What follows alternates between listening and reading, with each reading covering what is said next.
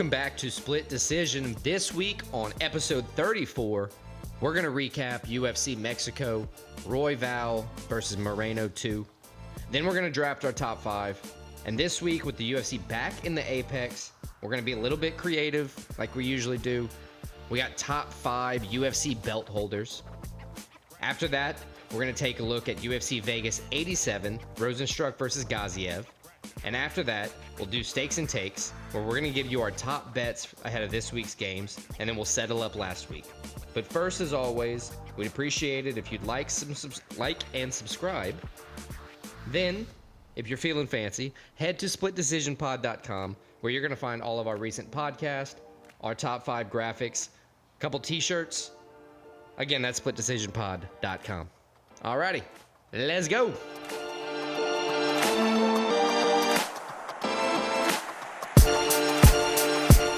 All right, so the UFC returned to Mexico City this weekend. It was a great crowd, pretty good fight card, a lot of exciting fights happened. Let's start with the prelims. Alex, what happened in the prelims? A lot of good things. Muhammadjan Hillman Naimov, he proved he was the real deal against Eric the King Silva. Naimov is from Tajikistan. He invaded this king's land early, and he was swinging for the hills, man.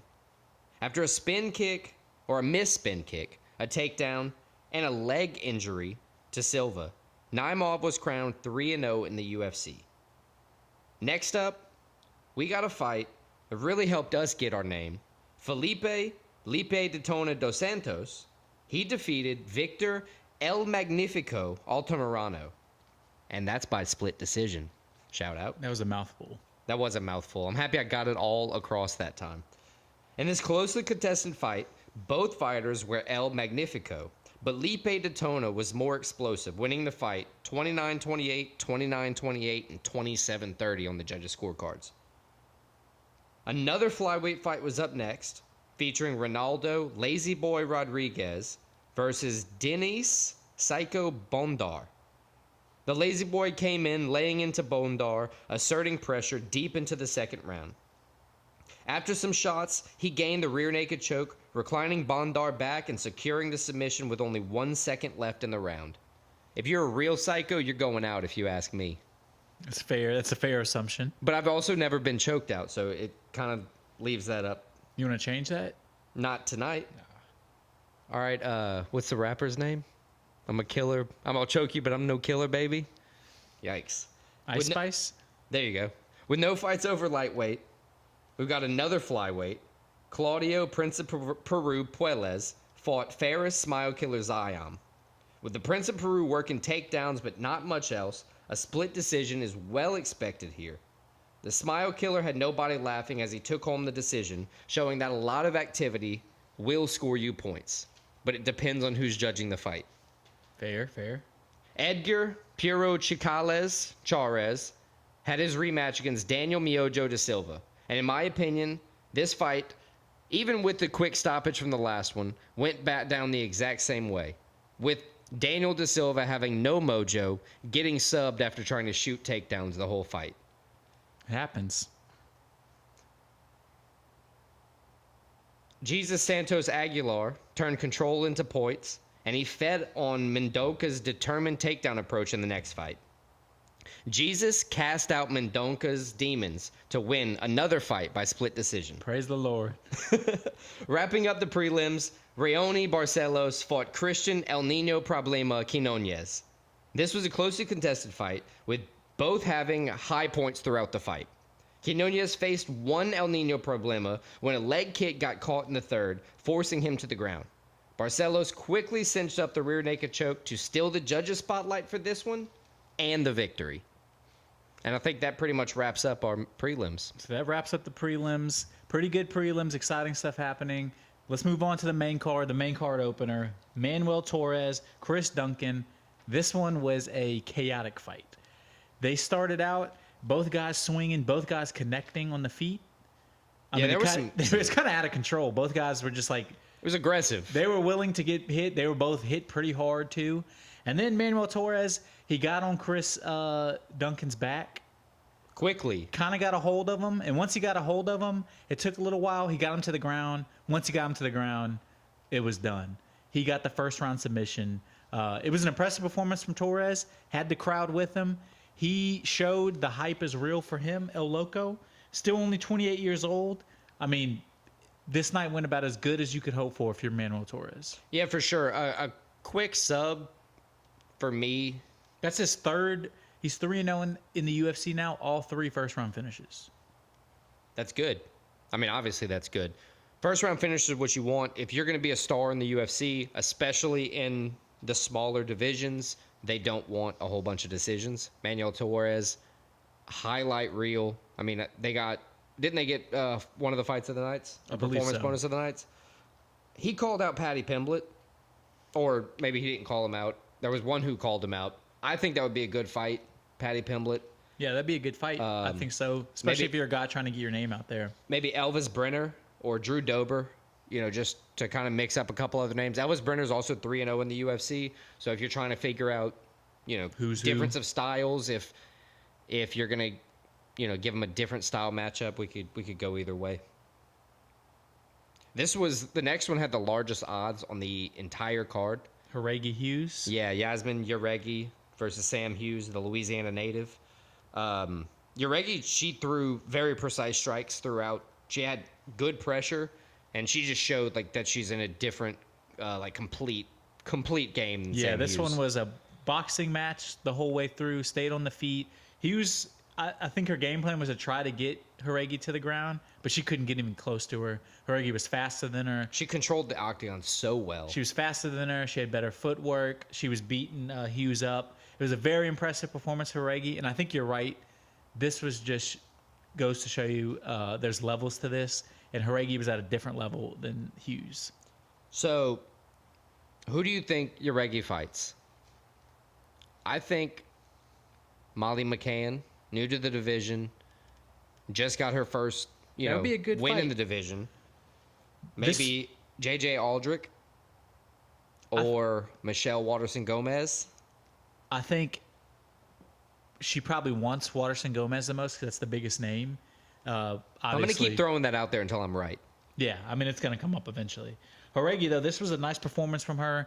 She's coming off of her first career loss. We've said it before. It's always interesting to see how that goes, especially That was a when you get knocked 20-second out in 20 seconds. Yeah, from Denise Gomez. That was a brutal knockout. So it was a great performance from Jorge. I think she's still only 24 years old, so she has a lot of potential. Any of those names sound good. I would like to see her fight Molly McCann, but Michelle Waterson Gomez also is a good fight for her, I think. Yeah, I agree. So the next fight was supposed to be Raul Rosa Jr. versus Ricky Turcios. How do you say his last name? I think both of those would get you past in an airport. But literally minutes before the fight, Yeah, they were about to do the walkout. Rosa became ill. They scrapped the fight. They actually moved it to we're going to actually cover it this week because they moved it to this week. So instead, the next fight was Francisco Prado, Daniel Zellhuber. And this was probably one of the most exciting fights of the night. On the feet, both guys hitting each other. And it was also one of the most impressive performances. Zellhuber, he showed he's the real deal. He was really did. so impressive. He used his reach to an advantage. He ended up winning by decision. I think 29-28 on every scorecard. Yeah, it definitely was right on the judges' scorecards. He pretty much closed both, by the end of the fight, Prado's eyes. Yeah, pretty much. They have the meme, not meme, but the video circulating. The coach was saying you don't need your eyes, just get in there, get close, and swing. He knows you need to get in there, get some points, or finish. Prado showed his toughness. He had power, bunch of had power. Zellhuber had to survive a lot in the first round. That's what I was about to say. I think Prado got the first round, but then Zellhuber, once he established his jab and he hurt that eye, he cut him in the second round. It was done after that. Zellhuber controlled as you said earlier about the precision Yaregi here. controlled the octagon, used his reach. Yeah. Because there was an obvious huge reach advantage in this fight. One of the big things was Zellhuber. You go to the corner, you listen to your coach, you make some adjustments, and then they work. Well, I mean, that changed the whole tide of the fight because you go into the second round down if you're Zellhuber in this one. You have great adjustment. Like you said, you figure out the jab. At that point, you're striking with high-level precision, and you're tearing him apart for the rest of the fight. It was a very good turn of the tides for And a very good fight of the night. That's 3 straight wins for the Mexican Zellhuber. Still only 24 years old, 15-1. So this overall, was the call 3-1 in the UFC. This was the Paddy Pimblett call out. Zellhuber is the one who wants Paddy Pimblett. I think that's a great fight for him. It's the right name for sure. You know, you got Paddy Pimblett, who's been on a tear in the UFC. You know, he's a fan favorite. Say what you want, he's undefeated in the UFC. Yeah, I mean, Coming off of he beat Tony Ferguson up. I think Paddy's a good option. Ludovic Klein, another good option. Or maybe even a fellow fighter on this card, Fares Ziam. I think Fares Ziam would be a good fighter. He's, showed poise in the UFC as well. They're close to the same level. I think it would be interesting. But his call out Paddy Pimblett, I think, is probably the most likely fight to make next. I think so too. And Zellhuber, he was one of many young Mexican fighters that really put on a performance in this card. And it shows you the future's bright for Mexican MMA, especially these young guys coming up and women. Dude, the crowds with Mexico, like we were saying before when we were previewing, the crowds are crazy. They were crazy. They had nice chants going on, singing. It was a couple awesome. Brawls. So let's move on to the co-main event. And this, honestly, was maybe the most surprising result of that. I don't even know why it was that surprising, but it was surprising to me. Yair Rodriguez, El Pantera, loses by, you guessed it, choke to Brian Ortega, T-City. T-City got him in a triangle. This was an interesting fight. Brian Ortega, is he back? Maybe. The first round, it looked like Ortega was about to get knocked out. I mean, Yair Rodriguez, probably the first 2 minutes, it was all survival for Brian Ortega. He got dropped. He got kneed in the face. He was up against the fence. He looked like he didn't know where he was. But by the end of the first round, Ortega had Yair on the ground, and he had control, but I still think Yair won the first round. Second round, Ortega maybe not dominated, but he controlled the second round. Yeah, he definitely controlled it. Got his ground game going, got some ground and pound, and in the third round, Yair was done. I think he was spent. It looked like he kind of blew his load in the first round. Ortega was still strong, got him to the ground, and it kind of seemed like Yair, once Ortega got him to the ground again, Yair, I don't want to say gave up, but his will was killed. No, I definitely agree. I think by the second round the tide started to turn, and T-City did what T-City does. He forced Yair to the ground. He didn't get the triangle choke, but he did get the choke to get the sub, and to immediately assert himself back into title contention. I mean, it's as much as I'm not a fan of him as a fighter, all respect. Like I don't hate him for that. That's great. And this is fight. coming off. He had a Respect little to him. adversity before the fight even started. During like the announcing, like when Bruce Buffer was doing this thing, he twisted his ankle. Yeah, exactly. It was like, what the fuck? Yeah, I mean, you never want to see the fight end like that. You never want to see a fight end with an injury at all. You want to see it go out like that. And then he almost kind of choked Yair to death. Yeah, it's like he wouldn't stop. He said his ears wouldn't pop from the flight or something like that. Yeah, they were trying to pull him off, and he couldn't couple hear. Extra seconds in there. Yeah. Who do you think is he going to fight next? Does he fight Volk off the loss to kind of get the redemption there? I don't think he fights Volk. The odds came out today, and he has the best odds to fight Ilya in Ilya's first title defense. Okay. He was like plus 150, and I think Volk was like plus 200.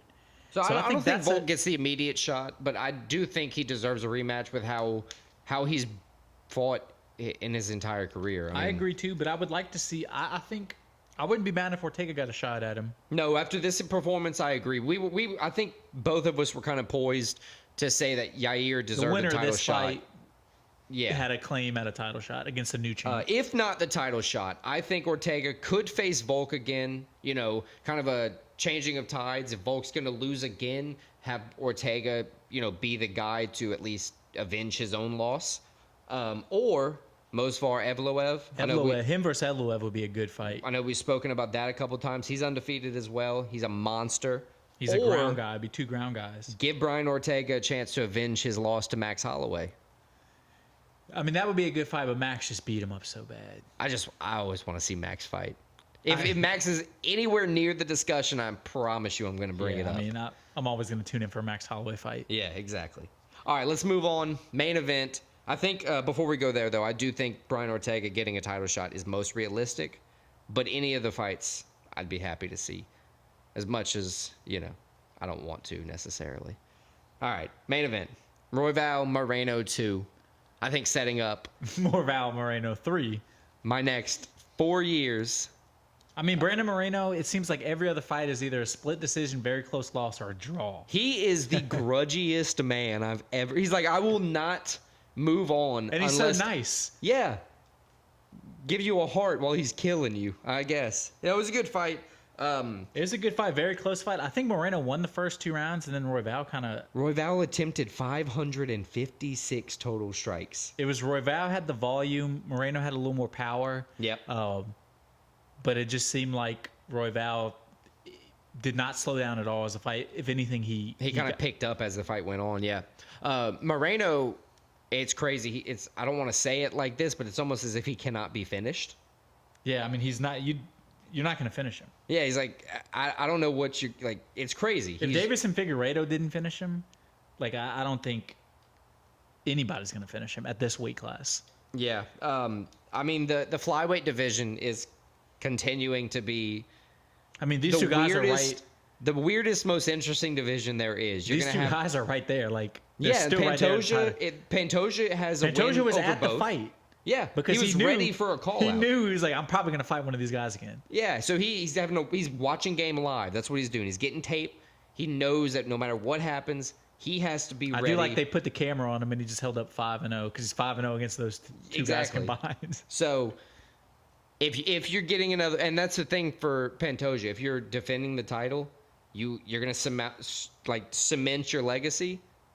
You're going to go 3-0 against one, maybe 4-0 against one, because those guys are going to keep knocking on the door until they retire. Yeah, but saying that, I don't think Royval gets a title shot next after this win. So I think maybe if he had a crazy finisher, Brandon Moreno, he would get it, but I just don't think he did enough in this fight to get a title shot. Well, obviously Moreno didn't, so I think the next fight they do is... You think they fight the third time? Brandon Moreno, Brandon Royval 3. Probably in the summer at UFC Noche, maybe in September, like it was last year. They announced that it's UFC 306. They're giving it a full pay-per-view this year. Nice. Yeah, so I think that's probably where we're gonna have it. We're gonna see UFC Noche, Brandon Moreno, Brandon Royval 3. Not the main event, but probably a co-main. I think it's gonna be a Alexa Grasso main event, to be honest with you. Yeah, and I wouldn't be surprised about that, honestly, but especially with the way Brandon Moreno's her dark, and honestly, beautiful eyes. We say Brandon Moreno. Royval did the same thing, just one less guy. I mean, he's fought Pantoja a couple times. Yeah, absolutely, and he fought Davis and Figueiredo as well. Yeah, so it's the same division, very contested as always. It's frustrating when you see the same blood, three guys just staying at the top. Yeah, which is cool in some ways. All right, so with the UFC's return to the Apex this weekend, we got to get creative with our top fives, and we went super creative by going top 5 UFC belt holders. Super creative was being sarcastic, by the way. Facetious. Facetious. That guy looks tall. So let's get it started. I think you had the first pick, belt holders. So that doesn't necessarily mean champ. That just means you have to be in the UFC. You got to hold a belt. Technically, I guess anybody can because they go on stage and they wear belts. So, take it how you will. So I'm going to be honest with you. I took it as vague as possible because most fighters have like a black belt or a blue belt in some way, shape, or form. So that counts. This list could be wild. So I think you have the first pick. So let's go ahead and get it started. Your number 1 top 5 UFC belt holder. This can be all time as well, too. My favorite UFC belt holder, or the most iconic, GOAT-worthy to me, Jon Jones. I mean, that's not a bad pick. He's up there. He's got like 13 title defenses. I looked it up earlier to confirm it. How many arrests does he have? Probably 13 as well. You're hitting that solid, Taylor Swift's favorite number, 13. Jon Jones, 13 belt defenses. What's better? I mean, in terms of inside the octagon, you can't fault the pick at all. He's literally probably the best a fighter of all time. But as far as like good people, he's not a great people. Not a great people at all. Especially if you're a comedian. He just got like hammered and It's heckled. gonna ruin your show. Yeah, jeez. But John Jones, I mean, he's a great fighter. What can you say? Yeah, we're not talking about what they do outside of the cage. I'm only worried about inside the cage. So your number one pick, the 1-1 is John Jones. My number one pick is actually going to be my guest pick this week. Nice. Ooh, Clara Clara moving up in the ranks. moving up in the ranks. She gave me a very good pick. Being that she is French, she picked one of the only French-speaking champions that we've had. I wrote it down already. Number one for me is going to be George St. Pierre, GSP, the French-Canadian. We talked about John Jones being a great champ. GSP's a great champ, but he's also something John Jones isn't, which is a great person. Everybody loves GSP. He was fair. one of the most dominant champs of all time. Iconic UFC champ. Like, even he was before the age of the UFC getting super popular like it is now, but still he was the guy that like non-MMA fans knew, GSP. So my first pick is going to be George St. Pierre. That is a good pick. I can't argue with that at all. Iconic champ. Really helped spread the word of UFC. Help get it mainstream. Help make it what it is today. One of those Chuck Liddell types. And he retired on top, which is something you don't see a lot. Yeah, which is a good thing. Being like, you never saw him deteriorate. Right. Yeah. You still see him like in great shape. Yeah. Like, there are always rumors. Like they were saying, there was rumors of him coming back for UFC 300. yeah, that's nuts. I hope he doesn't. He's not, but like there were. I hope he rumors, never would. Like he'd never even consider it. Yeah, but GSP's a great pick. My number one pick, courtesy of Clara. Thank you. Good job, Clara. Nice pick for sure. My second pick is another icon of the same era as GSP. He was probably the most entertaining fighter to watch of all time. And he was also a guy that non-MMA fans knew and still know. I'm going Anderson the Spider Silva, my number two pick. I mean, you look at guys like Israel Adesanya, any like striker in the UFC now, they'll say their inspiration, the guy they grew up watching, was Anderson Silva. He had one of the most dominant runs of all time. He was unbeatable at one point. Likeable guy, funny guy. Just so fun to watch. Anderson Silva, my second pick. That's another very good pick. I have nothing really bad to say about it. You said everything good there is to say. Damn. Anderson Silva is a great pick. I was hoping you didn't do that because I was gonna use him as my number two as well. So speaking of your number two, what is it? My number two is Conor McGregor. Ooh, that's a good one. Iconic fighter. If we're talking about popularized the sport of UFC, he put it on the map. Put it on the map, but he wasn't the best fighter. Made his biggest name from beating Aldo, Jose Aldo, however you want to say it. I mean, not the best fighter, but the biggest name, the biggest showcase. You know what's the interesting thing about him? What? 0 title defenses. I know. Every time he's held the belt, he's lost it. Or had to vacate it because he was inactive for too long. Yeah, I know. That's the one kind of blip on his career, but it's okay. Conor McGregor. I mean, he's a good pick. He's notorious is the perfect nickname for that man. He's by far the most popular fighter. So not a bad pick, Conor McGregor. What you got for number three?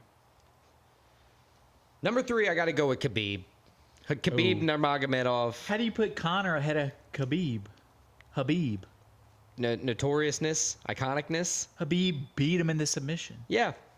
Like he did everybody else. But you know what else Khabib did? Retired on top, 29-0. Undefeated. After his dad died, he swore he'd never fight again, and he's holding himself to that word. That's actually the most badass thing he can do. Number three for me is going to be Khabib. Never lost a fight, so he's up there. Hardly ever lost a round in the UFC. Yeah, really, like lost 2 or 3 rounds ever in the UFC. One of those two, our boy Dustin Poirier. Shout out. Khabib, number 3. I mean, that's not a bad pick. I can't even argue with it. Khabib's the man. So my number 3, this is where I could go a lot of different ways. I'm not sure where I'm going to go. I'm still trying to decide. I mean, you could go somewhere like... Arnold Allen, who's never had a He's never UFC even come close belt, to a UFC belt. but he has like a black belt. I could. You could go with Bruce Buffer, who always wears like A very nice belt. a I'm very sure. nice belt, at least like a Louis or something. So my number 3 pick is going to be the most dominant women's fighter of all time. Not the most popular, but the most dominant. My number 3 is going to be Amanda Nunes. I love that pick. She had two weight classes of belts, Which is 135, 145. it's rare in men's. You know, there's pretty much two of the three people on both of our lists, or each of our lists have, had multiple belts. McGregor, GSP, and Silva, right? And now Nunez. I mean, that's rare, but for John a female Jones. to have that is like even rarer. They made a whole different weight class for them. And then as soon as it looked like she was on the decline and she lost, she came back and beat the shit out of Juliana Pena. She did. And then Silenced retired. her. Yeah. Well, she didn't silence her because Pena's still talking for some reason. Silenced her, the weight of her words, I should say. Yes, exactly. So Amanda Nunes, a great champ, the best woman fighter of all time, most dominant one of all time. So that's my number 3. And now I got to think about a number 4. Yeah, you do got to think about a number 4. But there's a lot of people left on the list. My number 4 is going to be another double champ. Oof. This guy had a light heavyweight and a heavyweight belt. He's from our hometown. I'm going Daniel DC Cormier as my number 4 pick. It's a good pick. He's a great guy. Great guy. Almost illiterate. Great commentator. I wouldn't say that. Great commentator from Louisiana. As we said, 2 belts, which is something that's very rare to do. Yeah. I mean, how can you not like DC? No, I love DC. He's great. Great He's so personality. He's a Him great and Joe Rogan are the best. People hate on them as a commentator duo, but I think they're the best. But DC, my number 4 pick. Yeah, that's nice. Who you got number 4? Kamaru Usman. It's a good one. He was iconic in the new age of the UFC, which most of my people have been, but iconic for title defenses. Had But one of the most dominant runs. I was gonna say like 19 or 20 win at streak. 170. It just crazy. The one thing I hate is as soon as he lost the belt, they just completely turned on him. I'll never and now he's back looking great, even though he lost his last fight out. Looks great, but they completely turned This is on how him. MMA is. Yeah, it's wild. But It yeah, is he had- wild. Like you lose one. Like look at Volk now. yeah, you barely you really lost that fight, but Usman, great shooter, I should say, great fighter.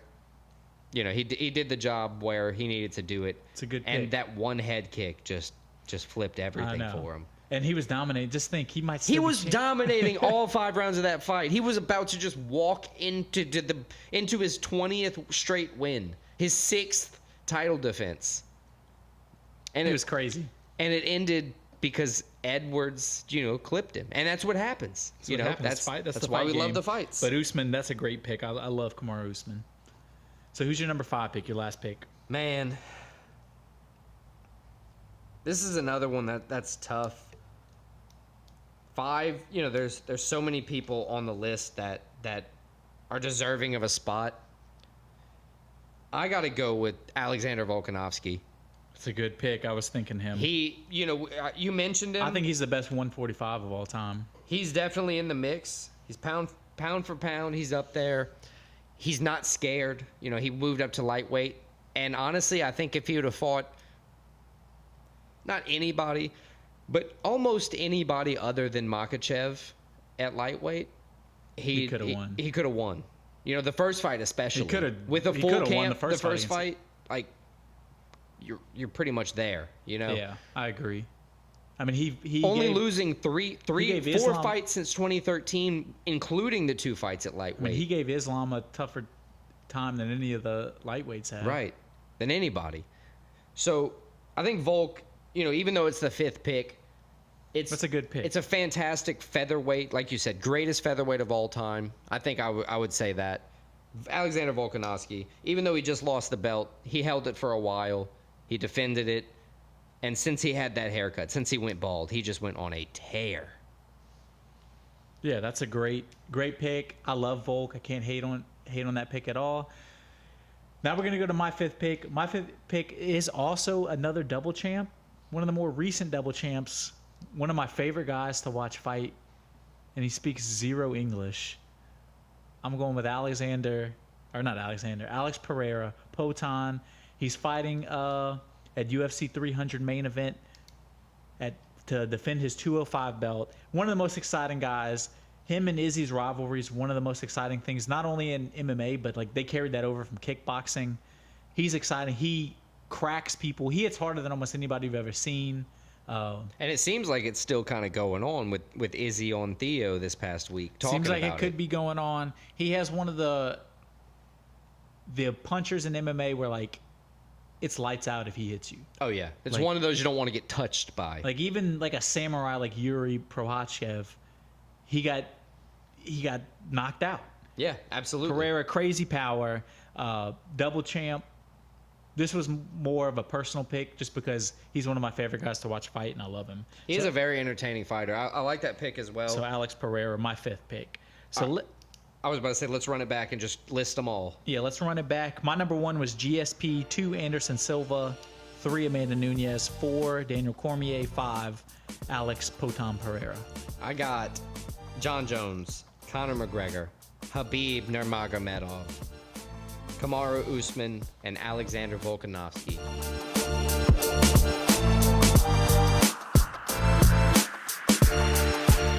UFC Vegas 87 in the Apex this weekend. We're gonna cover the 6-fight main card, and the first fight of the night is the opener, obviously. Wow. Of the main card is a fight that we talked about earlier that should have taken place last week. It is Raul Rosa Jr., Ricky Turcaos. Scrapped last minute last week. They moved it just a week later, so obviously Rosa Jr., nothing too serious. Maybe he drank some of the water in Mexico or something. LOL. That's the only thing I can think of. But yeah, I mean, we kind of talked about this fight last week. I think we both picked Rosa Jr. in the fight. We had. He's 2-1 in the UFC, 2 finishes, coming off of a win, taking on Turcaos, who's also 2-1 in the UFC, also coming off of a win, but all his fights have been the decision. My mind has not been changed at all in the week of this fight not happening. I actually kind of like Ricky less now because he was saying like Rosad dishonored the Bushido code.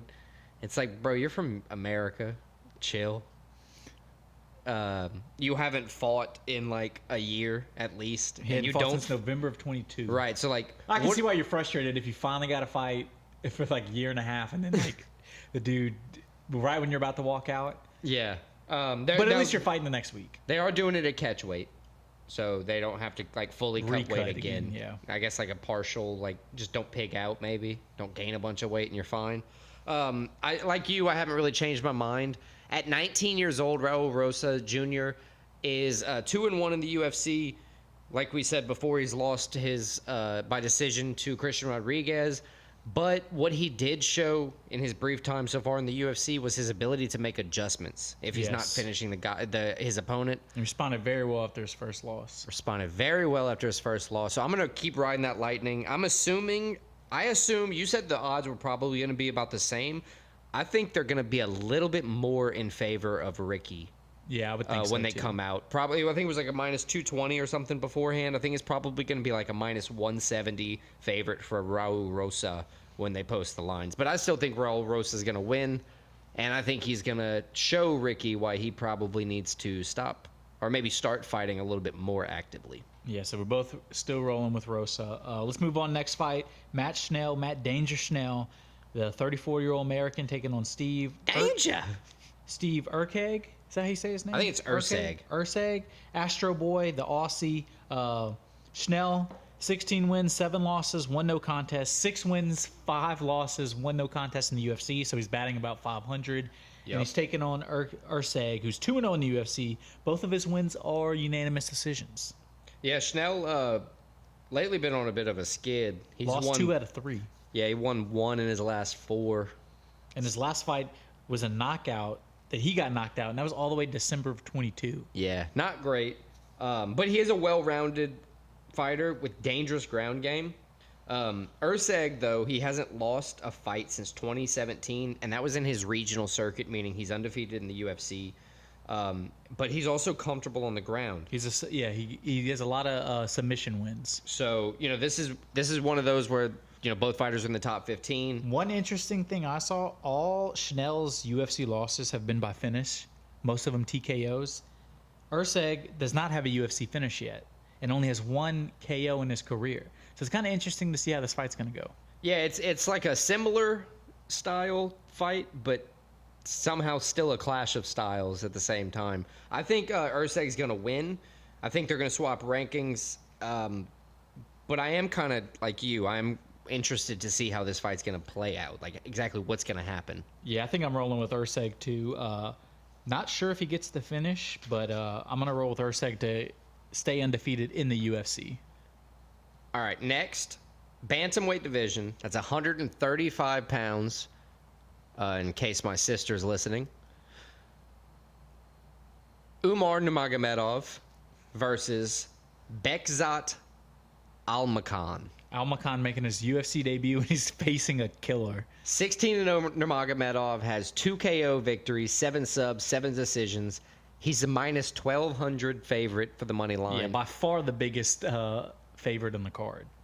Almakhan is 14-1 in his career. He has 12 KOs, 1 sub, 1 decision, 1 sub loss. All on his regional circuits.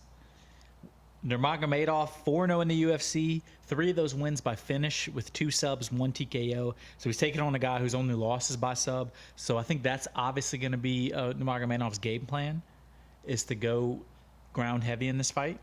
Because how do you say the guy from Kazakhstan? Almakhan. Thank you. He, out of his 14 wins, 12 of them are by knockout. So he's a guy that likes to stand and bang. Yeah, this is that traditional clash of styles. It's a rough way to get introduced to the UFC to the fighter Nurmagomedov. Dude, I like the like Superman versus Lex Luthor kind of thing here.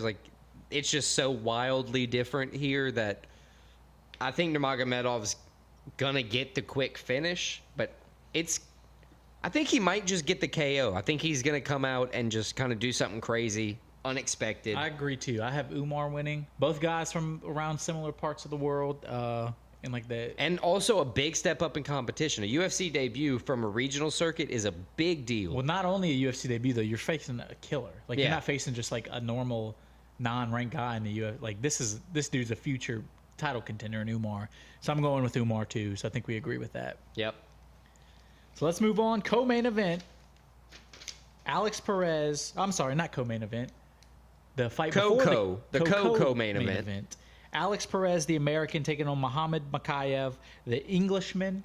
Makayev 11-0 with 1 no contest. He's 5-0 in the UFC with 4 sub wins, and he's taking on Perez, who has a lot more experience. 24 wins, 7 losses, 6-3 in the UFC. And some of that experience is UFC back-to-back losses to champs or former champs, 2 losses in a Pantoja, row. Figueiredo. Exactly. So I mean, 2 losses in a row, but those are the 2 killers. Right. Not really to take away from him, but you kind of have to point it out. You kind of have to point it out. He's not just losing the bums out here. Yeah. So I think it's a big step up in competition for Makayev. Maybe not necessarily in terms of a huge step up, but he's facing a guy that's faced the best. Yeah, you're absolutely right. Makayev is 4-0 in the UFC, or 5-0 in the UFC, 4 of which were submission victories. Including his last one, which was in October against Tim Elliott. Yeah, he's got crazy range, great ground game. And honestly, if Perez, doesn't wake up, Makayev is just going to walk straight through him. I honestly think.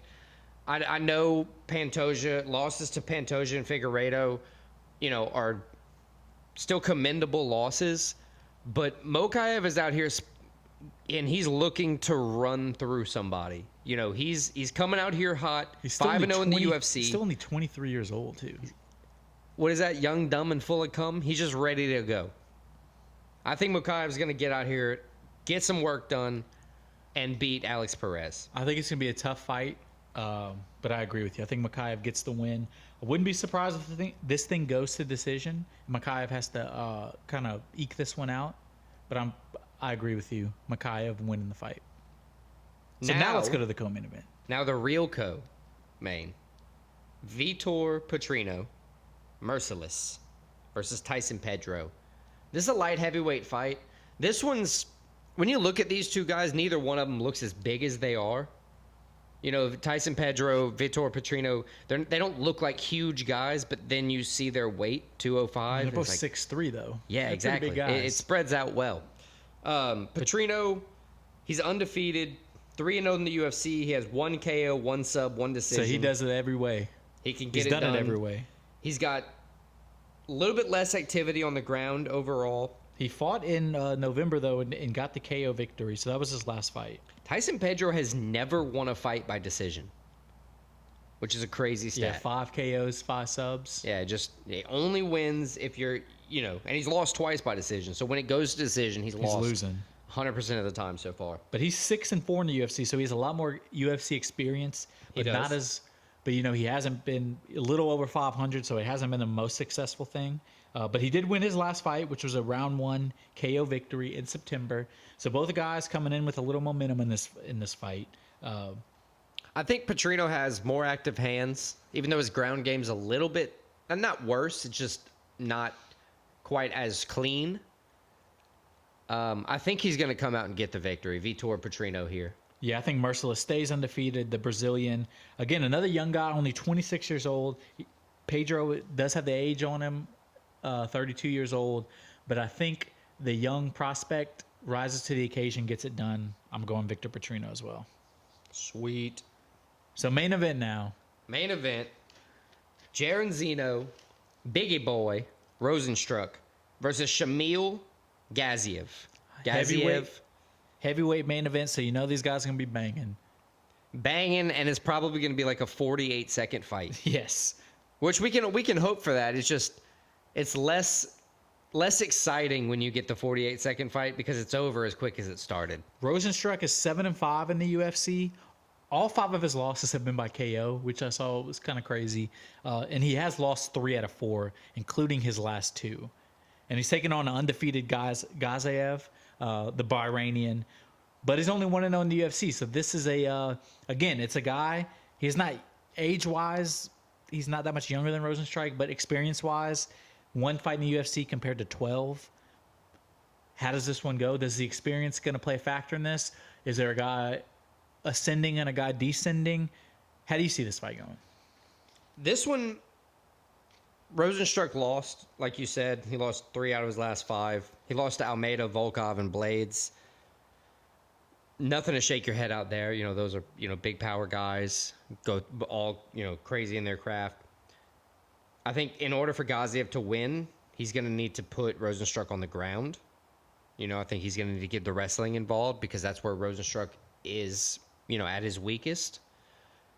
But there's a combined 20 KOs between the two here. It's going to be a powerhouse matchup. I think this one's going to be a powerhouse. I really think it's going to be a quick, less than 5-minute fight. I agree. I think either way, this is a first-round finish. My favorite part here is that Rozenstruik has been in the UFC for a while, and Gaziev is facing that big step up in competition. That's why I want to lean with Rozenstruik.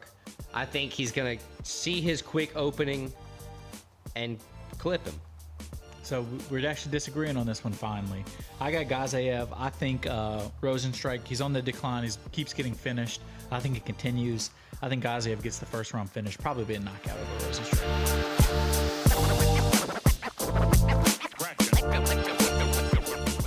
All right, so now it is time to recap last week's for Stakes and Takes. Some good news and some bad news here. I did pretty good in everything, and Christian didn't. That would be the good news and the bad news. Yeah, I think I dropped the first offer in bets we've ever had. Yeah, that was a goose. An 0 for 5, big goose egg. My soccer bets fucked me. I forgot about draws. Draws happen. Happen. And then the 2... Yair Rodriguez. Moreno and Yair, yeah. Yeah, it was not Mexico's night at UFC Mexico. for us. I went 3-1-1. Rosa got canceled, moved to this week, so I get to live to fight another day on that one. 3-1-1. 3-1-1. Yeah. I went 0-5, as I said, the goose egg. Oof. Easy to calculate your units. You put 2 on all. Put 10 units in, got 0 out. So that was a -10. That moves you to a -7.94 overall. So we'll keep track of that. Got to work our way back.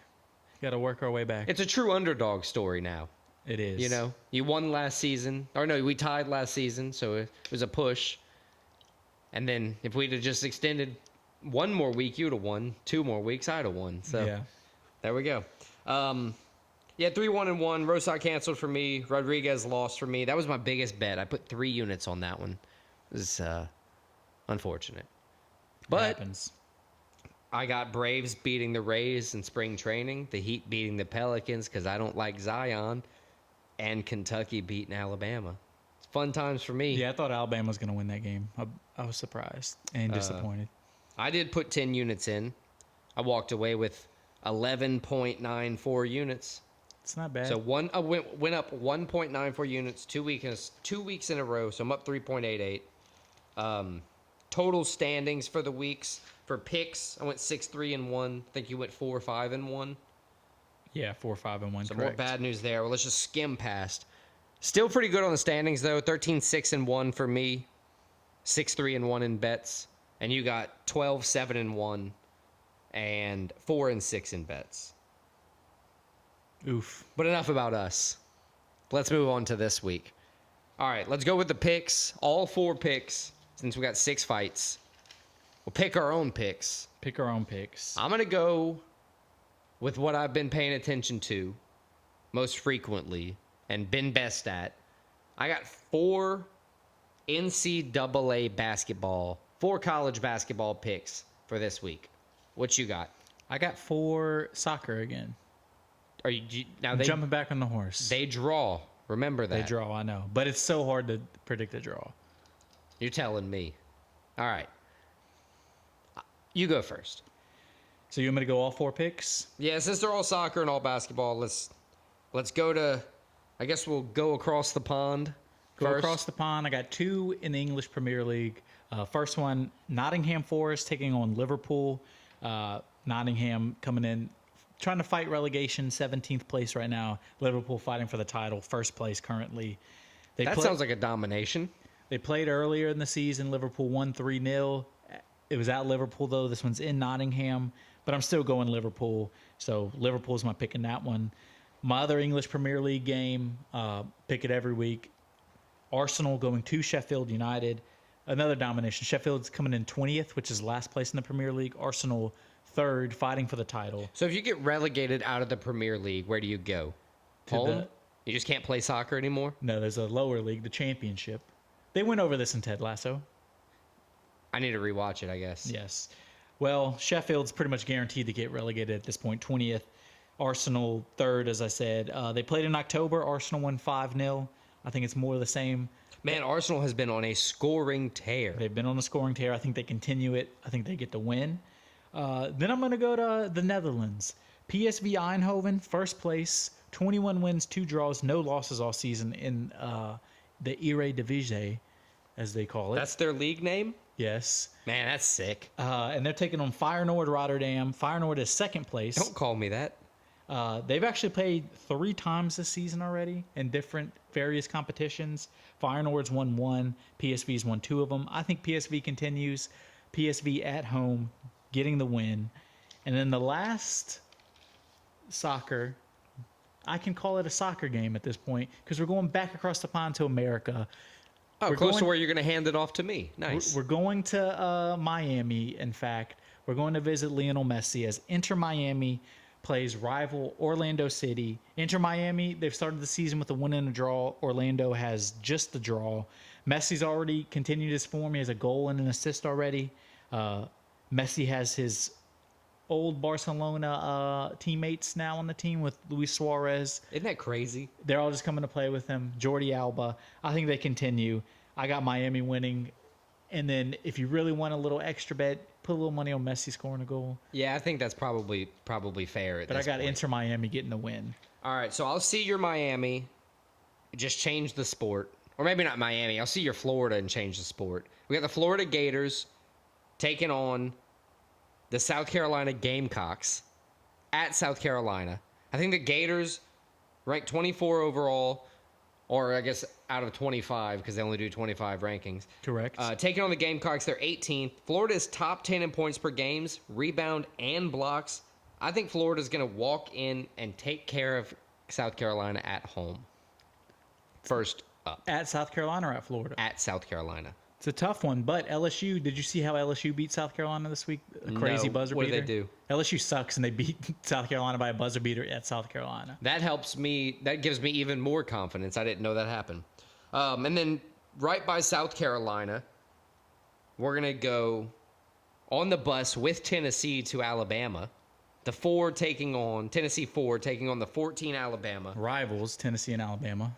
I think the Volunteers here are going to do work against Alabama. I think Kentucky was able to expose the weaknesses of Alabama and give really good tape for an even better school like Tennessee to, You don't think Alabama just had a bad night and they come out and play their ass off and beat their rival Tennessee at home? No, not this time. Okay. I think this isn't the year for Alabama sports. Nick Saban just retired. I think Alabama is going to be at an all-time low for all sports. Next, I got the number 7 Kansas at Baylor, 15. So McCullers still going to be week to week. He's probably not going to play. I still think Kansas is going to win. Baylor shoots, good shots deep. I don't have any issue with Kansas not having McCullough in there. And we're saying this as Kansas is struggling to beat a BYU team at home as we're recording this. Yeah, whatever. Okay, I mean, it's always hard to bet against Kansas, so. And I'm tilting my head so I can't see the game as. Well, it's a tie game. That's not good. Anyway, last one for me, Gonzaga at St. Mary. Gonzaga is 23rd ranked. St. Mary's is 17th. Gonzaga's last huge loss. rivals. These are the two best teams in there. You don't know this because you haven't been watching college basketball. Much, yeah, you're For right. the past 20 years, these are the only two good teams in their conference. Nice. And usually every year it's Gonzaga beating St. Mary twice. And then This finally year- this is the first year not the first year, but one of the only years where Right. St. Mary's looks like the better team. St. Mary beat them February 3rd. That's Gonzaga's last loss. Gonzaga's been on a tear after a slow start. Gonzaga has to go to St. Mary, and I think The Gonzaga Gales. is going to beat the Gales at home. Oh, so you got Gonzaga. I think Gonzaga upset. has been the better team overall since the loss to St. Mary's. And I don't want to say that's, has anything to do with each other. I'm just saying since February 3rd, Gonzaga has been playing like they want to avenge that loss later on in the month. And I think, well, not later on in the month. By the time they play, it'll be like 1 month later. But by the time, they get to play, I think they're going to be ready to avenge it. I think Gonzaga is going to beat St. Mary's. It's going to be 1-1 for the season. It's a bold pick, but I like it. That puts me, all 4 of my picks are the road team winning. Oh, that's not a good sign. That's what especially in college basketball. That's what I made this week, guys.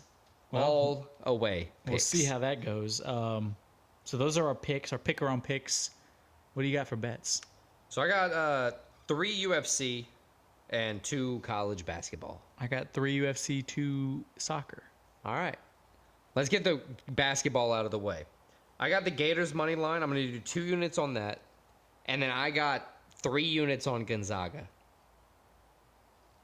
Oh, that's bold. That's very bold. They don't have lines out yet, so I can't really give you a plus or minus. But yes, I think that's going to happen.